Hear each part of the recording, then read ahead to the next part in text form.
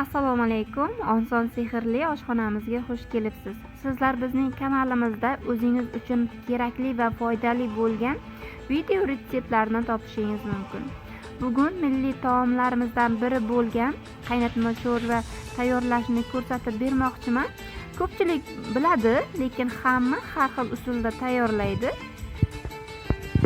Ishimizni mol go'shtimizni yaxshilab yuvib olishdan boshlaymiz va qozonimizga go'shtlarimizni birin-ketin joylab chiqamiz.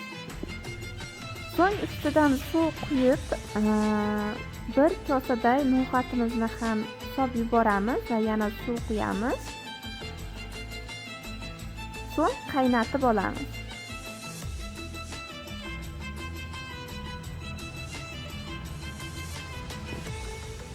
Mana qaynab chiqdi. Ko'piklarni ham olib bo'ldim. Endi ikkita sabzimizni, 3 ta kartoshkamizni va bitta butun piyozimizni solib yubordim.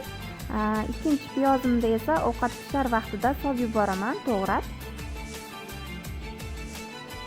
Men ideal tomat pastasidan foydalanaman. Juda ham ovqatga zo'r ta'm beradi.